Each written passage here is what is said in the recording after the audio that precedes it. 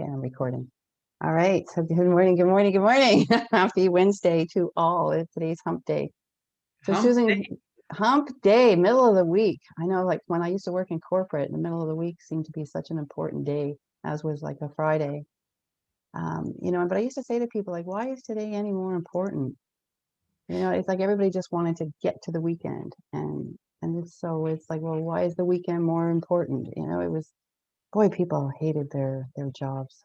So glad to be out of that kind of environment. And I wish everybody the best of luck that they get themselves out of that and into something that they love doing.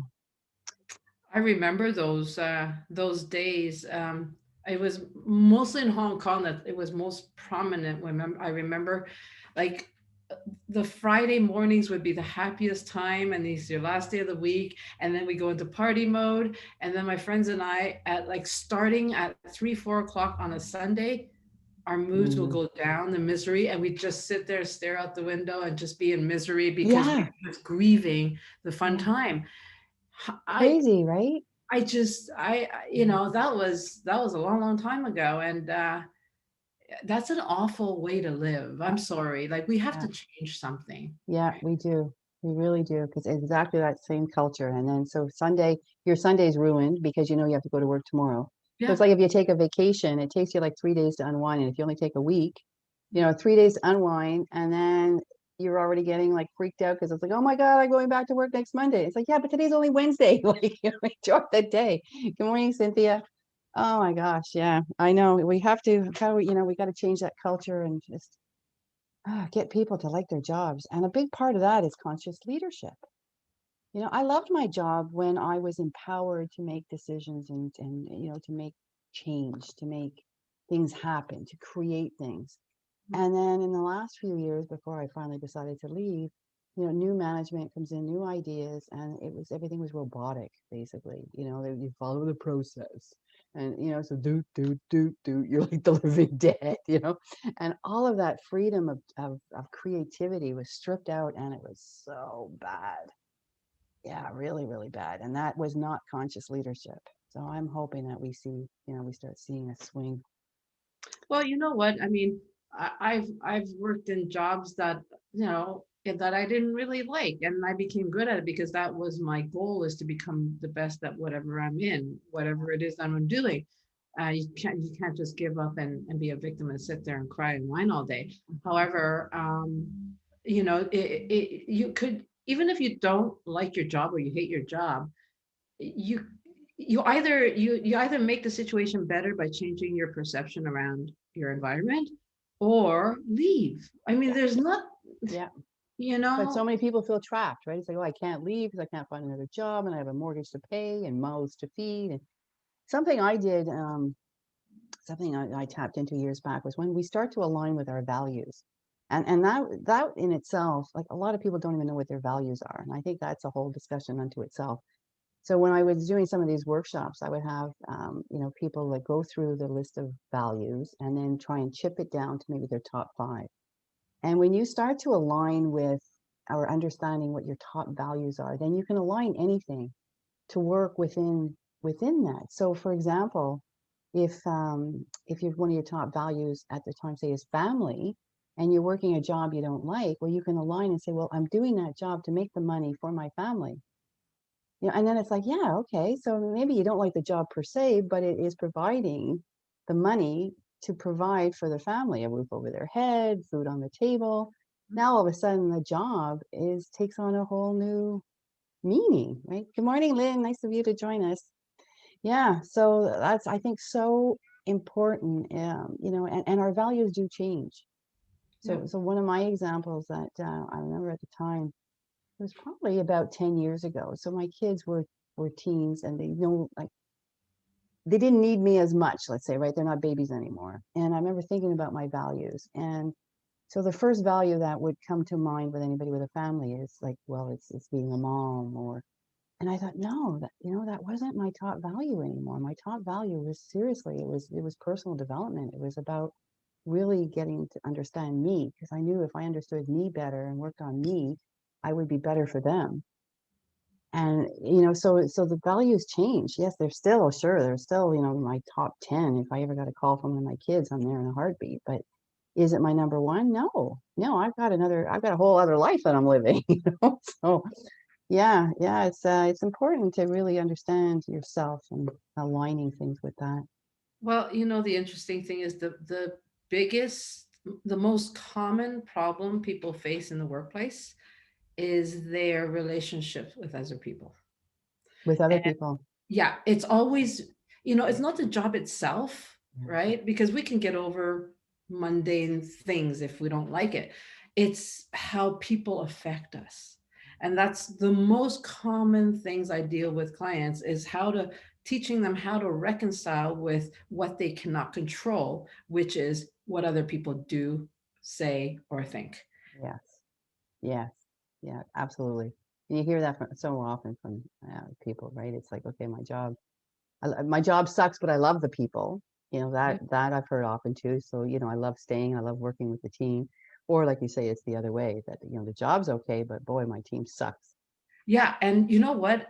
The first one is actually much easier to deal with, Mm, to work through. yeah. Because if the people are good, you just have to, um, you know, add strategy to your perspective, right? So it's like, well, it's a means to an end, and whatever, That's be right. happy, or change the job. Because I could tell you one thing, if it's just the job aspect itself, you can change the job, you'll still have good people around you because that's what you're attracting. Right. If you have negative people around you affecting you and you like your job, you can change your job. You're still going to carry the same pattern of attracting the same people, just in a Bingo. costume. So, Yeah. really, those are the types of things we Yeah. have to step away from our emotions and look at what's really going on. What's going on? Because wherever you go, there you are. And Yeah. I love that saying. It's also a book written by John Kabat-Zinn. Amazing. He's a guru of meditation. But yeah, wherever you go, there you are. So don't expect that just because you're changing relationships, getting out of your marriage, going into another one, changing your job, going to another one, leaving your neighborhood because your neighbors all suck. Well, you're just going to bring that attitude wherever you go. So like clean up your own vibration. Yeah, Right attitude on. is everything. Attitude Yeah. is literally, it could make or break your state of being, Yeah. right? Yeah. Attitude is everything. Mm. Attitude. Have an attitude of gratitude. Oh my gosh, that is such a joy guru thing to say. Ah. So I was also going to talk. Okay, so Suzanne is trying to find us. She's looking for you guys. Um, I think I'm on my homepage. I Yeah, don't it's on think your personal page. it It's is not my, on your page. yeah, so it is on my personal page, right? So I said my page. Somebody questioned me about that a couple weeks back. She said, "Well, do you mean your feed or your homepage?" I'm like, I don't know what the It's your fuck. feed. It's your feed. Is it a feed? Okay, Yeah, I don't because know. usually when you say page, it's your business page. Ah, okay, okay. Yeah, if you say So your group, it's it's my your group, feed. but this is on your feed. This is on my feed. Okay, so I told her my page, I think. All right, well, hopefully she can find us because I know she enjoys listening to us in the car on her way to work. So, okay. So, yeah, so I was talking to you about my pain in my neck, literal, not figurative. I live Yeah, with you were one saying sometimes. you're a pain in my neck, Susan. Yeah. And so, of course, listening to or looking up Louise Hay, she talks about the neck being inflexible, stubborn. And with that, my husband happened to pop in his nose in the office here, and he was like, "Yeah, that's you." And I'm like, "Get out of here! It's not. I am so flexible." Or he appears when you're reading it, which means the universe is saying, there's your pain. There's yes, exactly. I think he's my pain, my neck. So I'm hoping my masseuse guy that you had referred me to there. I saw him a couple weeks ago for my problem in my hip. So I've got my body kind of all these little joints, and then we started a conversation, you and I, just before this going live, about neck and inflexibility. And again, we don't have to take it literal. It could be figurative, um, and or it could be literal that I need to flex. I need to flex more, right? Oh, the literal is something is being a pain in the neck for you, right? Yeah. So that's the literal one. So there is something that is really gnawing at you that you cannot change. And it's funny how I'm if we just look at, like, break it down to the simple, most of the time what bothers us the most is the environment around us, meaning other people, Yeah. right?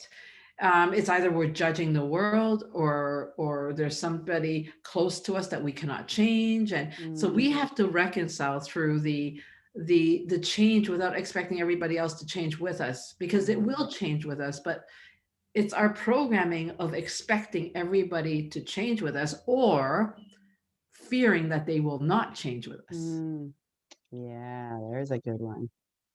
Yeah. Yeah. So I would say bingo on that one because I'm starting to morph and change and I'm seeing my future sort of with bright colored lights and I don't know how Dave's going to react to that. So yeah, it's a new world that we're going to be encompassing. Yeah, well, at that point, it's very simple again, right? It's like I always think about, well, it's either I just stop growing, which is not a problem. And if you're happy being where you are, we don't need to keep being OCD on growing. I mean, we grow automatically, organically. A lot of people out Yeah. there who are just happy go lucky are growing organically, and it's okay. They don't have to be high achieving thrivers on always goal setting and everything like that. That's all bullshit. Right. That's not what you're made of. Then don't do it, right? But one of the things that a lot of people out there is not even just family or husbands or children or whatever. Most people subconsciously are afraid to grow because their friends will definitely change. Yeah. So Yes.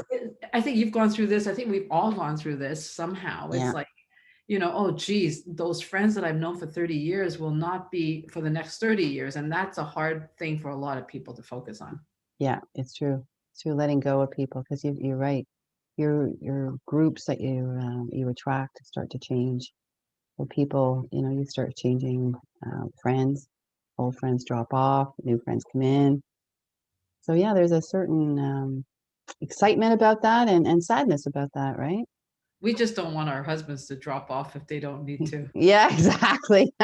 Exactly. But that's another conversation. I mean, I know the micro distinctions of how to manage that because I've gone through it so fast. So I mean, I've gone through it so much, so many Mm, years.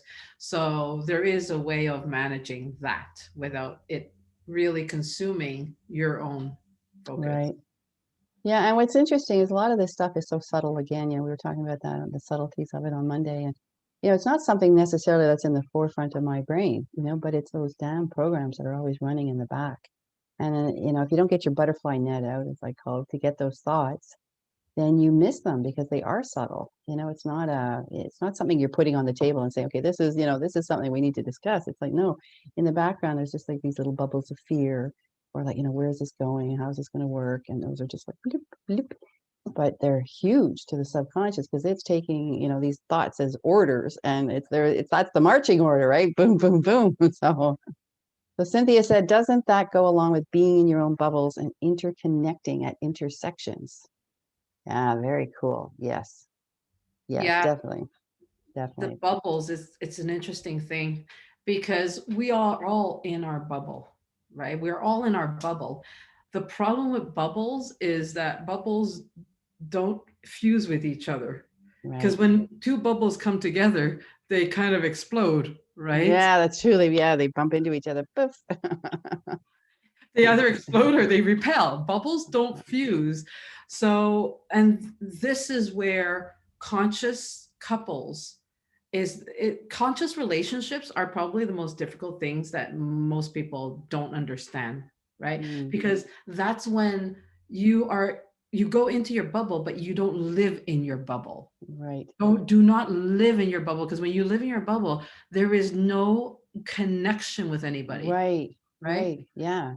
And so one of the things being a go, go, go high achiever like me is I've had to really look at why I need to keep achieving over the years. Mm, Because really, I realized it was feeding my ego because I was scared to fail. I was right. scared to look at the part of me that if I don't achieve it, then I'm nothing. And then what happens is I'm not aware of the person I'm married to, that I'm dragging them, and and they need to just slow down a bit because they Right. can't go at this pace. So, Right. but the problem with high achievers is we have no compassion for slowness. Mm. So I've really had to work through that. If I wanted to have a conscious marriage, I had to hear my husband, because he needs to slow down and be with the trees and the woods and the animals, and I need to hear him. Otherwise, if Yeah, I'm in my bubble, I'm alone.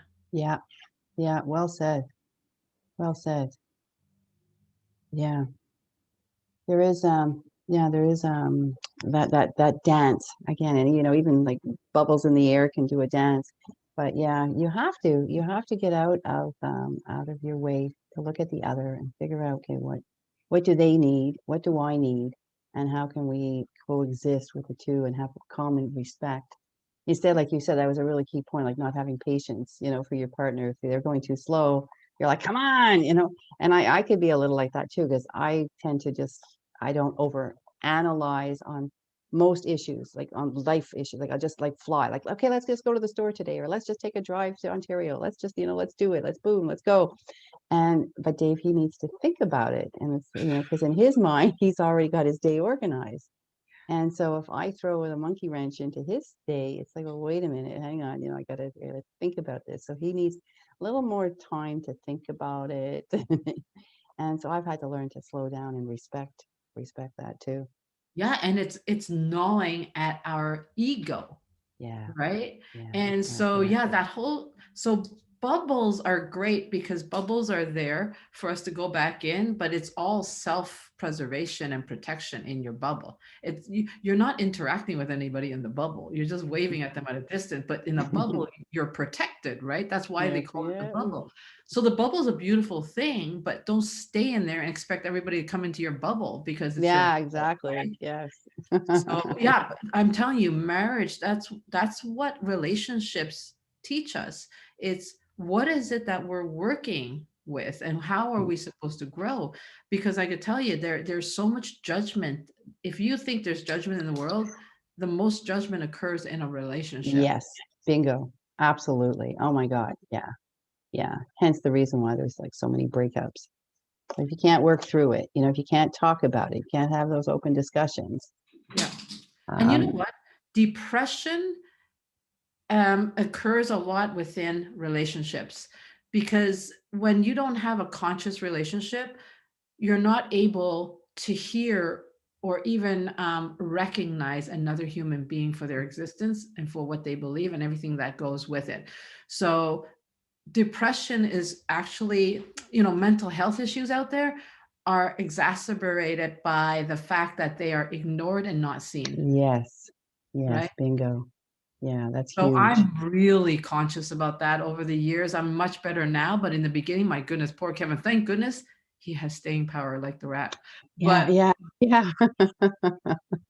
but it's there's a lot of the mental health issues out there. We have to look at how we're contributing towards that because if we're so self-absorbed and we don't hear somebody and we don't acknowledge what they're saying, you're basically rejecting them outright Yes, explicitly.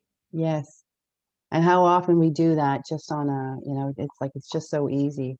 I'm guilty of it often where I'll finish his sentence thinking I know what he's going to say, and it's like, yeah, yeah, yeah, It's like, well, no, give him a chance to express himself. And that really stumbles over into the next generation, like with the kids, not, like listening to them and allowing everybody to have their say, whether you agree with it or not. It doesn't matter if you agree with it or not. You have to listen to it. And it's really good to paraphrase back, actually. That's a really good technique by saying, okay, what I hear you saying is, and then, so then did you really hear them, what they said, or did you just take it in with your own filter? Because I've misunderstood Dave many times. He says something and my own little filters of self-doubt or self-hate or whatever at the time, I'm taking it in completely different from maybe what he means. And so I think it's so critical, what you said and what I heard. Okay, let's paraphrase it back. And Yeah, huge. yeah, In relationships, that is the critical foundation of communication, is to paraphrase it back because my understanding is based on my perceptions, my emotions, and the baggage I carry is how exactly. it affects my perception. So if that person's communicating with me and I'm understanding it from a limited standpoint, then that needs to be. So yeah, it takes a lot. I mean, that's one thing I learned in Imago too. It's like, oh my goodness, it's like, Yes. Yes, good for the Imago. Yeah, Dave and I did just one night with that, but that was all about, talking to each other, and what I appreciate about you is, and that was a really good way too to express, feelings that normally you don't. It's not too often that you look your partner in the eye, and we should do this more often, but look them in the eye and say, what I appreciate about you is. But about 3 years ago, this before Imago, an example I'm going to share about this, what you said and what I heard, which really hit me at the time, is I was feeling really low. I was in a rut. I had left corporate, and I don't know. Anyway, I was just in a real funk. Excuse me. And I was getting dressed to go back downtown. I hadn't been on the train going downtown in maybe over a year. At that point, I'd been living in sweatpants, I think. So I was trying to get myself kind of dutied up a little bit. And actually, I think I was heading to meet you at the office down in TVM. Anyway, so I was wearing something, and with like a little jersey jacket or whatever, and it was longer than my coat, and so I felt it looked a little bit sloppy. So I asked Dave, which I rarely do. I said, "Does this look okay?" And his answer was, "It doesn't matter." So to him, it was like it doesn't matter.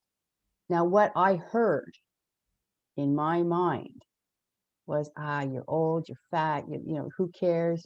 Right? mm, Because I was in such a state. So his words, that's exactly what I heard him say. It doesn't matter because who's looking at you anyway, you know. But I stopped myself because my old me would have gone within, because I would have been hurt. I would have withdrawn. I would have said nothing. That was my go-to with him. I just shut right down. But I had learned, no, I've got to question this. I have to understand and gain clarity. So I said to him, "What did you mean by that?" And he said, "Well," he said, "you look like all the other girls on the train. You're wearing, everything, like it's kind of like the uniform of it." And he said, "All the women and young girls even dress like that." I was like that is such a different answer from, "Oh, Sherry, you're old and fat." Like, know, it's right? crazy how, and that's why my favorite quote of all times, it's unknown, quote her, but it's like, I stopped explaining myself to people that only understand on their level of Yes, perception, right? right. And that's the thing is, like, I mean, I come from the sales. I've been trained in sales for over 2.5 decades, for goodness sakes. And one of the cardinal rules of successful sales is know your audience. Mm, yeah. That's why a lot of people don't have like big influence out there. And I don't call it selling because, hey, selling scares the crap out of people just with the Yeah. word. Yeah. But hey, we all have to learn how to sell ourselves because it's all about influencing. Don't you like people to respect you? Don't you like, So, but yeah, we don't know our audience. Yeah, you got to know your audience, and the best salespeople that I've heard of over the years are the best listeners, because you're listening, you're learning about your audience, you're learning about your client, what are their likes, and instead of jumping in, going, look at me, buy for me, buy for me." It's like, no, just shut up and listen, and find out a little bit more about what they want. Call me the cat. But Yeah, yeah. so yeah, I mean, and that's another thing is that if you want a successful relationships, friendships, and then when I say Hmm. relationships, I don't only mean romantic, because a lot of people don't have romantic relationships yet. Right. But if you want better relationships, you need to know your audience without judgment, because we're always looking at people to try to analyze them because we need to change them, we need to make them like us, and that's the worst thing we can do. And most people out there don't even Mm. realize, they're unconscious about that intention, Yep. because everybody, god forbid anybody says, we admits that we have limitations, right? And Yes, exactly. that's a flaw in itself. But to recognize where our limitations are, where our thoughts are going, is the only way we can change to accommodate a world that we want to create, not to accommodate a world that we don't like. Ooh, that's good. Say that again. That's really good. Create a world. Yeah. So if people are too focused on changing others, Yep. stop. Yeah. Right?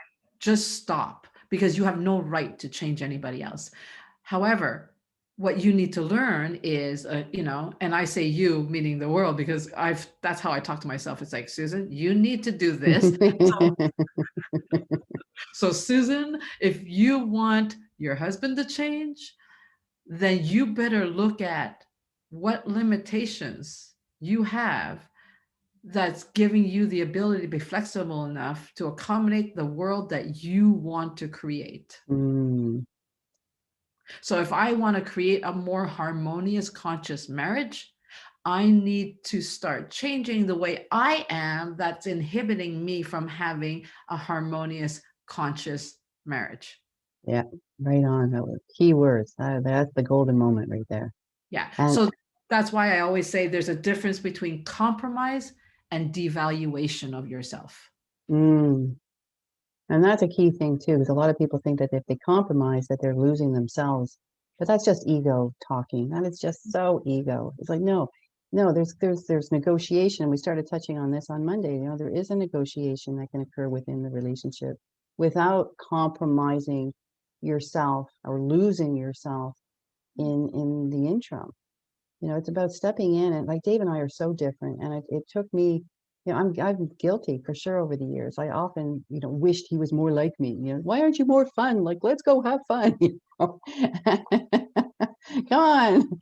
But can you imagine if I Where's the lived? joy? Where's the joy? Right? I know. I used to call him my joy sucker. Like that's not fair. But imagine living with myself, like another one of me. Like Jesus Christ, I know, like no, I Well, need can to. you imagine Yeah, if you have a teen, let's say, forget it, because Dave, he's an adult. We don't have to be concerned with adults, but right, let's look at the young people, right? right. And they're going through like really dark times because they don't have the wisdom we do. So Mm, can you imagine all they're doing is expressing like, I don't feel good, I'm sad, I'm depressed. right. And here we are, let's go have some joy. Right, yeah, it's like, "Oh, come on, snap out of it, let's go have some fun." Yeah, What's the let's matter with try to you? pretend Yeah, that, and that sends them into a darker vortex because yes. you're just telling them now that what they're feeling is stupid. Yes, and that it's not valid. Yeah, exactly, so you've not validated them at all. And we do that in friendships too, it's true, like, in any relationship, it's like, "Oh, come on, snap out of it, let's go." I had a friend, she was in a very, very dark place, this a long time ago, and I don't know what depression is, so, of course, I have no understanding of it, right? So I say to her at the time, I was like, come on, it's a nice sunny day. Let's get out for a walk. Because, to me, sunshine cures everything, right? And she didn't want to go for a walk. And it was only years later when she got out of the funk that she started to explain and describe to me. She said, when you are in that dark hole, she said, it's got such a physical grip on you. She said, a day in the sunshine is not going to do it. Well, And, short term, yes. you know, It's a yeah. pacifier, right? Well, that's it, but for her, because she was so dark, like, just stepping Mhm. into the light was not gonna help her. She needed to spend, like, a couple months in bed, like, that's how bad and Oh, chronic yes. it was bad, and I Oh, had no understanding of it. So that contrast helped to teach me, it helped to teach me to be more empathetic, more, compassionate about respecting others' views, others' limitations. It's not just one way. And so taking out that judgment, it's like, oh, come on, yeah, sunshine cures it all. Let's go hug a tree. It's like, no, no, no, it's no, no. So yeah, learning from the contrast and without judgment is so key in relationships. And that's why we yeah. have a bunch of them. We have different friends for different reasons, and it's good to have a diverse group. Some are, to party with, maybe, and some are to go deeper with. And, we need that kind of group. Yeah. Well, it's that's a really, really deep topic, the whole thing about depression, because I lived in that darkness forever, right? And I have found ways of how to manage by knowing how to listen to myself, because if I demanded for, because mental health and that type of depression runs, anxiety runs in my family line, so I've Really? had to always be recognizing that, it's not saying that, oh, I can change things and I don't have to have the genetic makeup. It doesn't matter whether we have it or not. It's there. So we have to recognize it. As the moment we actually recognize it without fearing it is the moment we start working with ourselves.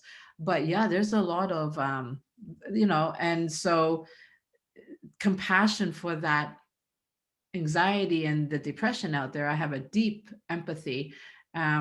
But at the same time, I don't understand how people can go down the rabbit hole. So a lot of times when I'm dealing with people that come to me with that deep, deep depression that even the sun can't help. I mean, one of the things I've had to learn over the years, I mean, those people don't come to me because, it just, that's how the universe works, right? Right. But Right. if they were to come to me, I would always say, listen, I'm not the right person to help you. Right. However, here's where you need to go. But a lot of people out there can't even say that because we have the savior complex, right? It's like, oh, if I can't help this person, I feel, and then it goes back to me again, right? Yeah, exactly. Yeah. I'll save you. Yeah. Follow me to the Yeah. light. And Yeah. if you can't, all of a sudden you feel bad. Like we're Yeah. not here to save Yeah. people. That's right. That's right, man. Good note to end on, actually. It's already 8:31. Can't believe it. We are not here to save anyone. We are here to guide, to mentor, to hold hands with, but not save. Everybody's on their own path.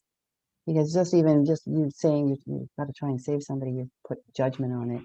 And who the hell said they want to be saved? So stay in your own lane. Yeah, you know what? The only thing we can focus on is be solutions oriented. It's okay to feel bad. It's okay to feel sad, but it's not okay to expect everybody to stay there with you like a circular vortex, Yeah, right? Like that's a that's good the only thing. visual Yeah, be okay with being sad, depressed, whatever for now for now. until a solution is found. And then you'll see how quickly things will pop up to help you. Yes, yes. And they do. My God, they do. Oh, well, thanks, Sue. That was a great chat. So everybody have a great Wednesday. Have a great rest of your week. And post questions, comments. Love to hear from you all. And we'll see you back here on Monday. Yeah. Bye. Bye. Have a great weekend.